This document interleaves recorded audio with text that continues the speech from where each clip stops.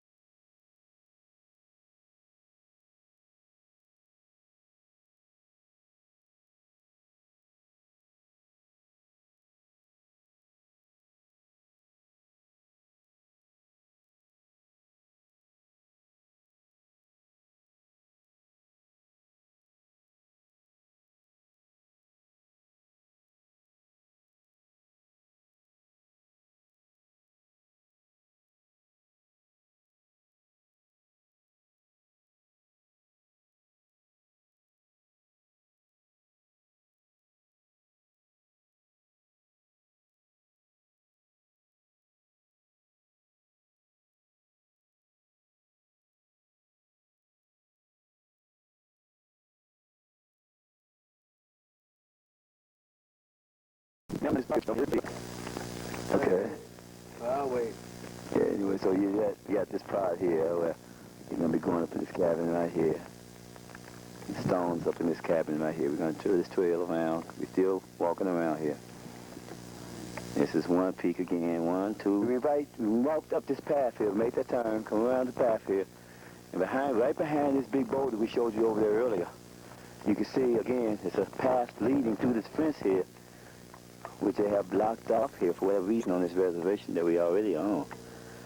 And this is like an old fence here, and so we just went on through this fence. And you can see the barbed wires down. And we went through the trail on up into these 2 peaks again. We head to these very 2 peaks. You can distinguish this one because it has some of the boulders right there just hanging off the edge. And versus this other one on that end that has none. It just, appeared to be just grass or just peat. Here has some actual rock facings here. And the other one on the side of it has some rocks. So that's one way of discerning where we headed here. And the brothers right here, that little shot right there. That bush was not burning. So we just come along through here. And that's another trail. This trail here leads along the fence. It leads off into another patch. We got this fence here. We're on the other side of this fence, as you just saw. We walk from that direction right there. You can see from here.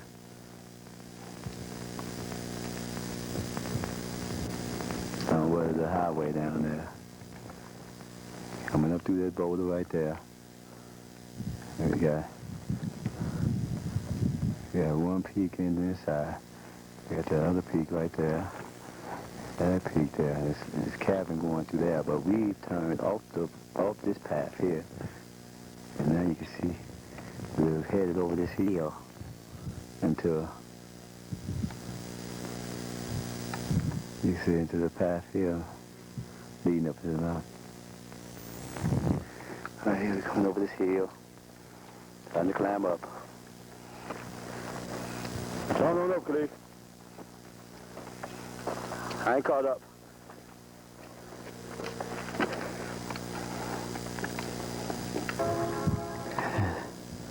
Right there appears to be the stone. Flowers written upon tables of stone. So this is appears to be the path that you've seen, that stone. Coming to the bush on this side, another stone there. Right here. And then you peek up there at the top. But we're going to try to get there today. So we're going to try to drill our way onto the top there. We're going to rest there for a second. Rock here. Right there. Yeah, that's good right there, huh? Yeah, that's there. The brother just pulled this out, huh? Oh, this stone here sitting there. All of them are slated there, you see? Just like, you can just come down here. This is like one of the first times you can really look at stone that very well could have been used as place or, some form of writing, instrument, huh? And this is interesting that we can actually see this right here, in this valley, on this mountain, actual stone tablets. Actual stone tablets that you can use for, writing on. It's interesting, right? And that we know have been used by people in the past for writing on. Look, you can see the bridge from right here that we were standing on. That the river, is over. Not the Dried Up River, but the Rio River. That's actually, Expressway Route 6 there, huh?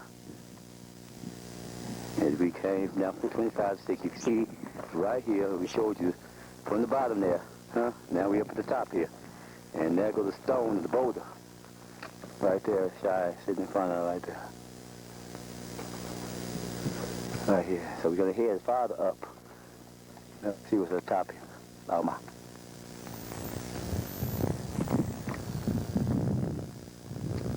Beautiful up here.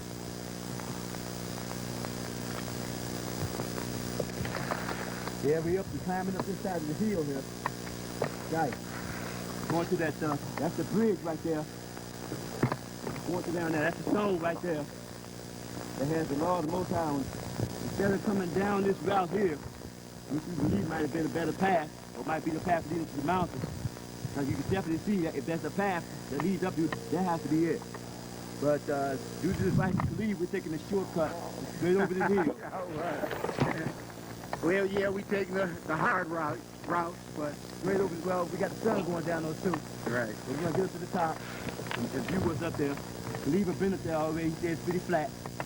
And but we're looking for these, some ruins that they say are up here. So as you can see, this is still climbing here. We're definitely on this mountain climbing on top of this mountain right here. You want to show the cave? Yeah, we see the cave over there. Right there, yeah, on that peak over there. Guys, you can zoom in on it. I don't know if you can see it that way you're doing it, but you might be able to see. Where is it, Catch it and take it home with you. No, you see it. I mean, it almost looks like it's dead, but it's not. Oh, did you spot it? Right here. I'm poke at it. Let's see. I'm not. It's right here. You see where I'm at? See it?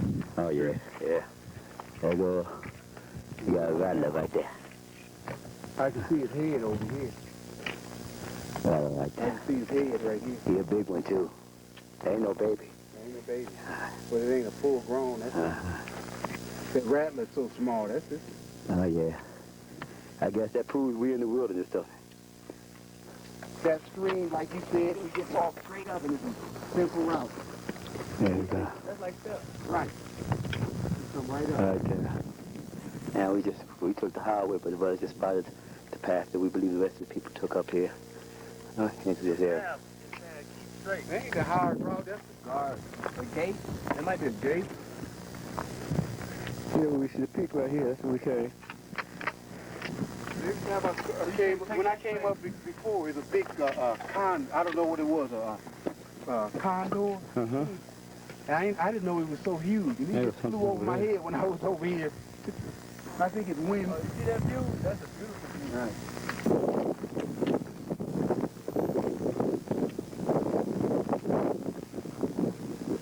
Right here we are. Now, this definitely the main village.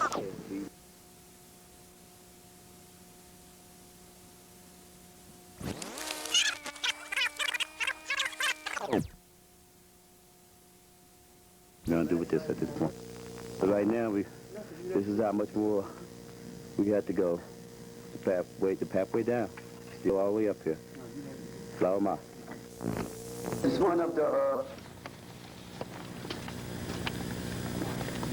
Yeah, so what we're doing is we're looking at the general area. We're looking at this here. Everybody here re-indicated because he's been here. Him and I think you said Israel spotted first. Then who else after that? Shimshon, Lee.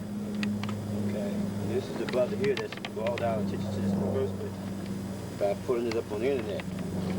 And the thing is here that you pointed out, that this has been carved in here. You see the actual, the depth in the stone. It's been actually carved in here, so you can see the significance of it. It took a lot of time to do this. And right now, we've been just trying to look around the general area. And Yeshaya is spotted a dead over here also, and it's been carved in here, indicating ye. And there appears to be some type of hole underneath here, with some sand or rock in. We don't know if it might be digging here or what, or an animal maybe, who knows. And also we found more people over there on that stone, that flat stone right there. So it seems to be something surrounding this whole area here. We got one big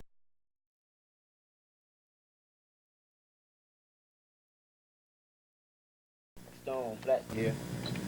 And we're gonna enter Shabbat time. We're gonna just, before it get too dark up here, when we was in Syria, we got those, it started getting a little dark, those wolves came out on us. So we don't want that to happen here. So it's just gonna be me and Shia. And Brother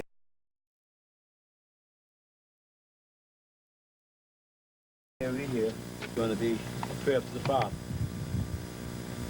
With 2 books in our hand, according to the fulfillment of prophecy.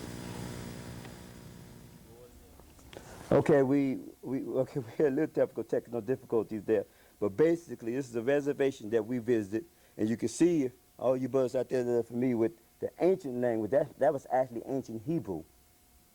And it was in it was among one of the places that our people dwelt when we first came over here. And it was actually the Ten Commandments, which most people don't know anything about. Is that you had an ancient Hebrew, you had Hebrew tribes over here that were in this country and was writing in the ancient language, the same language of the Dead Sea Scrolls, right here in America. Isn't that fascinating? And they've been found in artifacts all over this country, but most people don't tell you nothing about it. And these people, these black Indians, been asking for reparations. And this is one of the things Elijah Muhammad and a lot of the Muslim brothers been asking for, reparations for land here under our Indian heritage. But we've been asking, but because we haven't been able to get that here, we're saying just let us go back home. And we have a brother online here, which is one of the archaeologists here. He's been in this area, and he's been in Mesoamerica, I understand, and he's also a scholar in the Book of Mormon and the Bible and everything else. His name is Aaron Ben Charles. Ben Charles. But hey, how we doing there, brother? So I see you got the Book of Mormon here, and Yes, we sir. tried to get some footage there, but we're gonna try to get you in real quick here to try to relate to what the Book of Mormon say in reference to our people being over here. Well, the Book of Mormon states that that around the time of the fall of Babylon, that Israel had came from their homeland and had sailed here, to the Americas. And with them, it says right here that, yea, I make a record of the language of my fathers, which consists of the learning of the Jews and the language of the Egyptians. And here in America, so therefore this is saying that these brothers had, the written language of the Jews. And then when you come here, you see the written language of the Jews everywhere. And then I saw an archaeological special just the other day, and it speaks about how the language, what they call ancient Phoenician, which is ancient Hebrew, is everywhere. You just have to be able to know how to recognize it. Well, the fact is, it's all over America. Yes. And it's called ancient Cherokee. It's called various different other things. You see what I'm saying here, ancient Phoenician. But the fact is, it's actually the language of our people. Right. And when I was in South Africa and among the Limpo people, this is a 1,000-year-old Bible. Right. It's a 1,000-year-old Bible.